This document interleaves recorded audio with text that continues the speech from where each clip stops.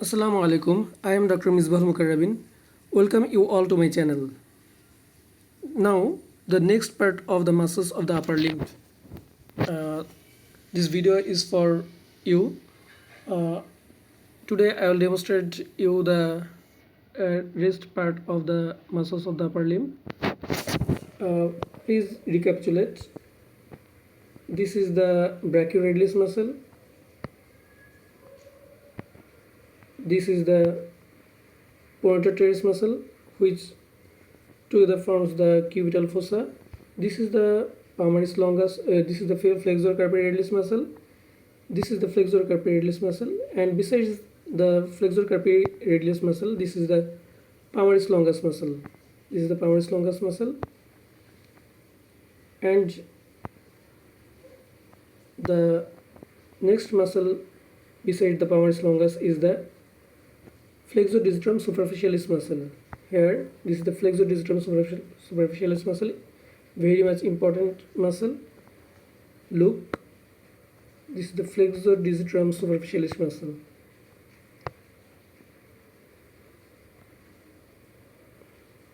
It flexes the proximal interphalangeal joints. This is the flexor digitorum superficialis muscle.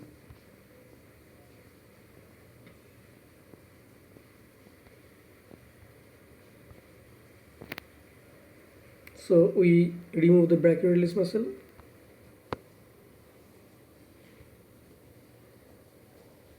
and pointer teres muscle, and remove the flexor carpi radialis muscle, palmaris longus muscle, and most medial muscle of your forearm is the flexor carpi ulnaris muscle. This is the flexor carpi ulnaris muscle, the most medial muscle of your forearm. If we isolate it, this is the flexor carpi ulnaris muscle. Arises from both humerus and also from the olecranon of ulna, and inserts in the pisiform hook of Hammett and palmar aspect of base of fifth metacarpal bone. Look carefully. It inserts into the pisiform hook of Hammett and palmar aspect of base of fifth metacarpal bone. This is the flexor carpi ulnaris muscle.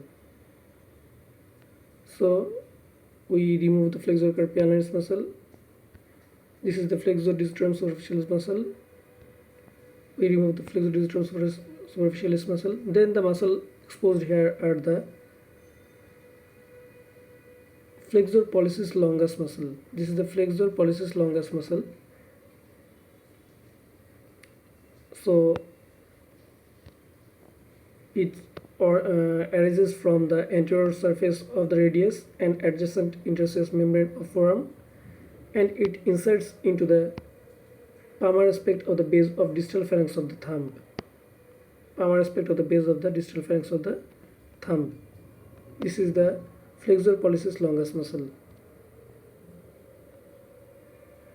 Then we remove the flexor pollicis longus muscle and remove the flexor digitorum profundus muscle. Then the muscles exposed in the flexor compartment is the pronator quadratus muscle. This is the pronator quadratus muscle. This is the pronator quadratus muscle, a small muscle in front of your wrist joint. This is the pronator quadratus muscle.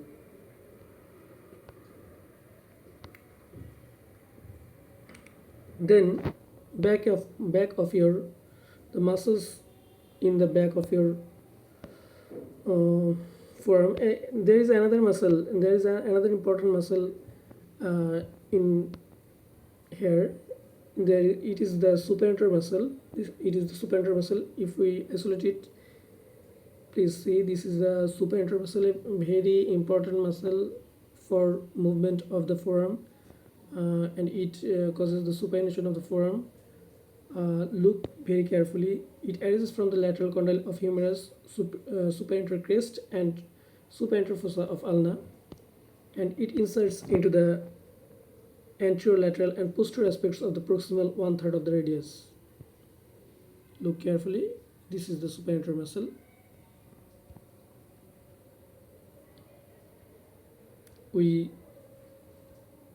Then we go to the back of your forearm. Here, the first muscle in the back of your forearm is the anconeus muscle. If we isolate it, look carefully. This is the anconeus muscle. This is the anconeus muscle, which arises from the posterior aspect of the lateral epicondyle of humerus and inserts in the olecranon proximal end of body of ulna. This is the anconeus muscle.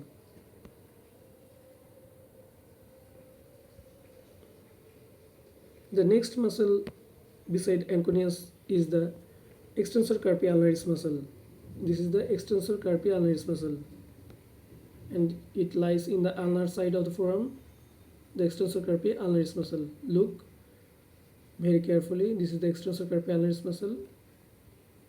It arises from the lateral epicondyle of humerus, which is the common extensor origin via common extensor tendon and posterior border of ulna, and it inserts in the medial aspect of the base of fifth metacarpal bone.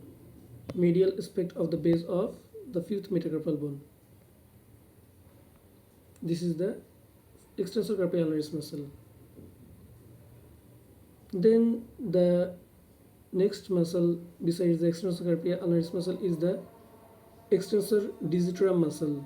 This is the extensor digitorum muscle.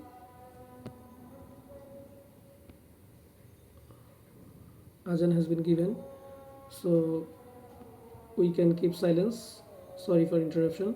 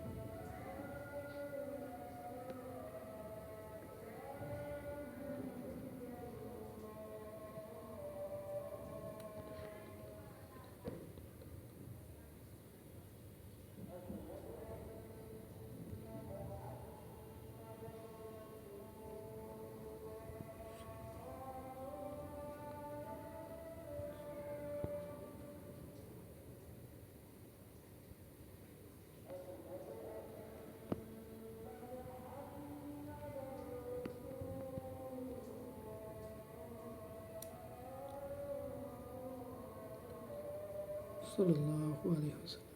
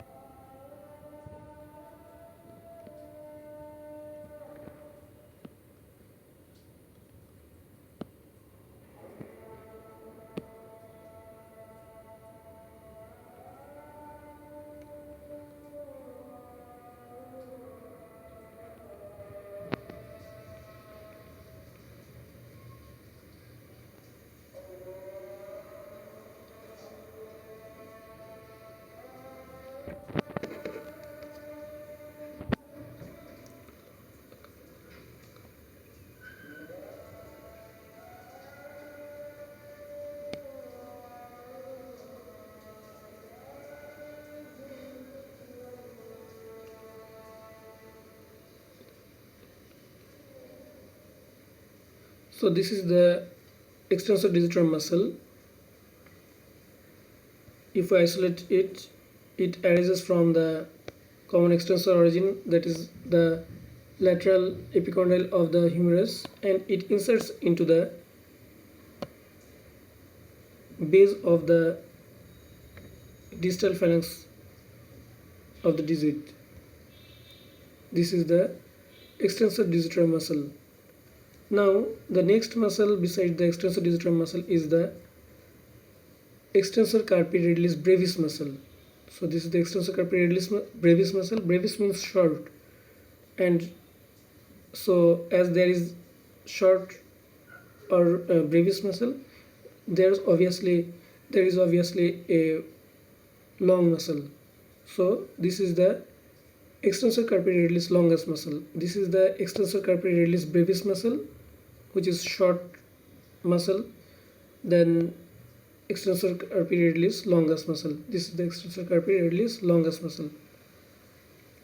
So if we isolate the extensor carpi radialis brevis muscle, it arises from the common extensor origin, that is lateral epicondyle of humerus, a common extensor tendon, and it inserts in the dorsal aspect of the base of the third metacarpal bone. Dorsal aspect of the base of the third metacarpal bone. Now the next muscle is the extensor carpi radialis longus muscle, and it arises from the common extensor origin, that is lateral epicondyle of the humerus, and inserts in the base of the second metatarsal bone.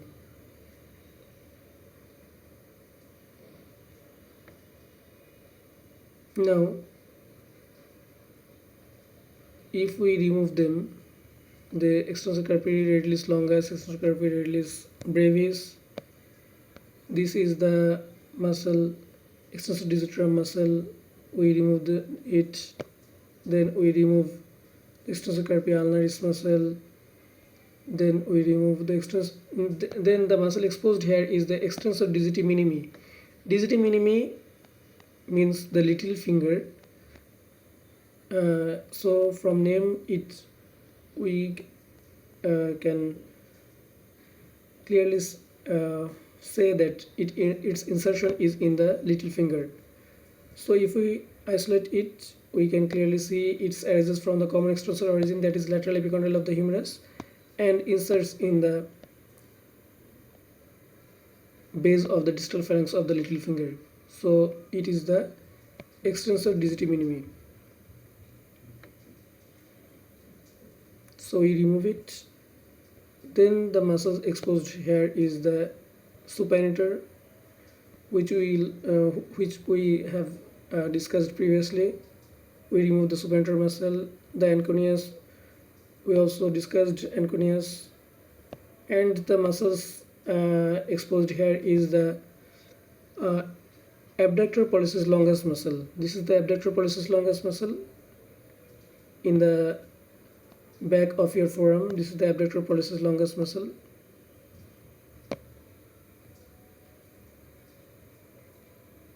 This is the abductor pollicis longus muscle, which arises from the posterior aspects of proximal half of ulna and medial 1/3 of the radius at the interosseous membrane of forearm, and it inserts in the lateral aspect of the base of the first metacarpal bone.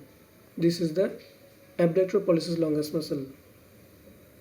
This is the abductor pollicis longus muscle. We remove the abductor pollicis longus muscle. Then three muscles we can see here. From lateral to medial, this muscle is the extensor pollicis brevis muscle. This is the extensor pollicis brevis muscle, which arises from the posterior surface of the distal half of radius and adjacent interosseous membrane of forearm, and it inserts in the base of the dorsal aspect of the base of proximal phalanx of thumb. This is the extensor pollicis brevis muscle. Then the second muscle from lateral to medial is the extensor pollicis longus muscle. As we discussed previously, the extensor pollicis brevis muscle, which is short, and this is a long muscle, which is called the extensor pollicis longus muscle. If we isolate it, we can see its origin from the posterior surface of medial 1/3 of ulna and adjacent interosseous membrane of forearm, and inserts in the dorsal aspect of the base of distal phalanx of thumb.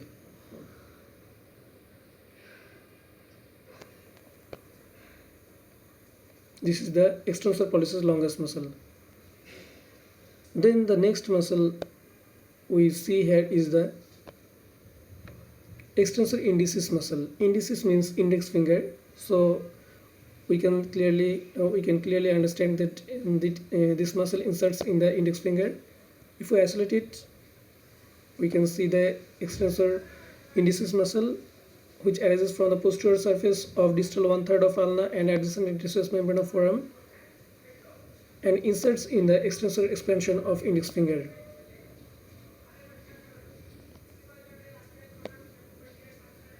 This is the extensor indicis muscle. We remove them.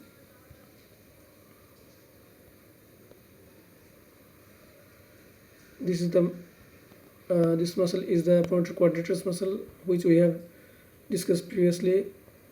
Then the muscles of the hand. Here the muscles of the thinner eminence is the abductor pollicis brevis muscle. It arises from the tubercles of scaphoid and trapezium bones, flexor retinaculum of hand, and inserts in the lateral aspect of base of proximal phalanx of thumb. This is the abductor pollicis brevis muscle, which abducts the thumb. Then the next muscle is the flexor pollicis brevis muscle, which flexes the thumb, and it arises from the tubercle of trapezium bone, palmar aspects of the capitate and trapezoid bones, and flexor retinaculum of hand, and it inserts in the lateral aspect of the base of proximal phalanx of the thumb. It is the flexor pollicis brevis muscle. We remove it. Then the next muscle of the thumb is the opponens pollicis muscle. This is the opponens pollicis muscle. This is the opponens pollicis, which opposes the thumb.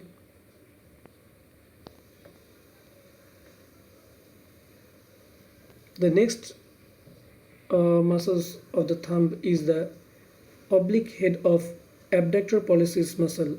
Oblique head of adductor pollicis muscle. This is the adductor pollicis muscle. It is the oblique head, and this is the adductor pollicis muscle. This is the transverse head. So this is this and this. These muscles are called the adductor pollicis muscle, which adducts the thumb, and it has two heads, the oblique head and the transverse head. This is the transverse head of adductor pollicis muscle, and this is the oblique head of adductor pollicis muscle. We remove them.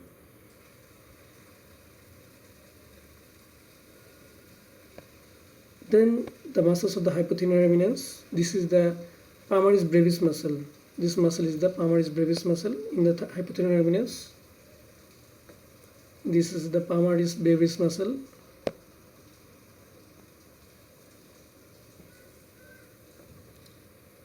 We remove it. Then the muscle exposed here is the abductor digiti minimi muscle. If we isolate it, we can clearly see the abductor digiti minimi, which inserts in the little finger. This is the abductor digiti minimi. We remove it. Then the muscle exposed here is the flexor digiti minimi, which flexes the little finger. This is the flexor digiti minimi. This is the flexor digiti minimi muscle.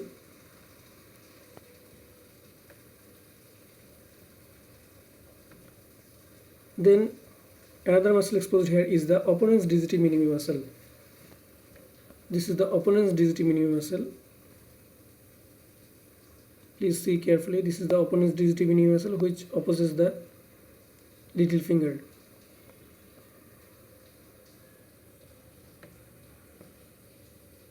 We remove it. This is the opponens pollicis muscle. We remove it. Then the muscles exposed here are the lumbricals muscles. This is the first lumbrical muscle of hand. This is the second lumbrical muscles of the hand. This is the third lumbrical muscles of the hand, and this is the fourth lumbrical muscles of the hand. This is the first lumbrical muscles. This is the lumbrical muscles. These are the lumbrical muscles. See carefully, these are the lumbrical muscles of the hand. This is the first, this is the second, this is the third, and this is the fourth lumbrical muscle. We remove one by one. The first lumbrical we remove, the second lumbrical,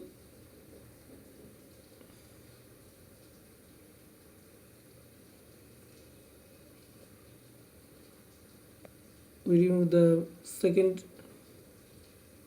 we removed all the lumbrical muscles. Now the muscles exposed here are the dorsal intrusive muscle.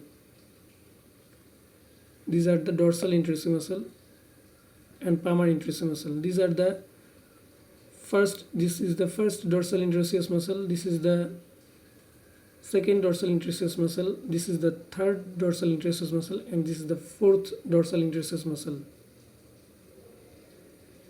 And here, this is the first palmar intrusive muscle. This is the first palmar intrusive muscle. This is the second palmar intrusive muscle, and this is the third palmar intrusive muscle. So these muscles are the palmar intrusive muscle. These are the palmar intrusive muscle, and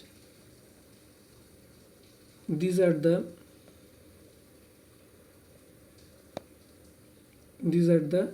dorsal intrusive muscle. These are the dorsal intrusive muscle.